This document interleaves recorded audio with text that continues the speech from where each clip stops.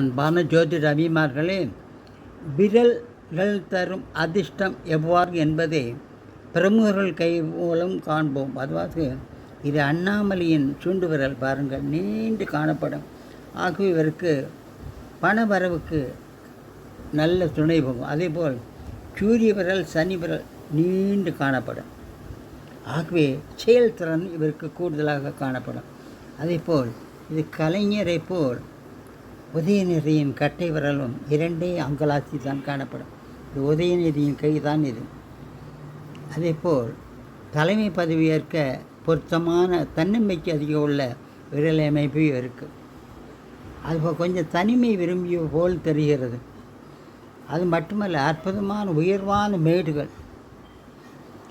ஆகவே வலுவான எதிர்காலம் உறுதி தரும். ஆகவே இந்த கைவிரலை பாருங்கள், காலத்தை வெல்லலாம்.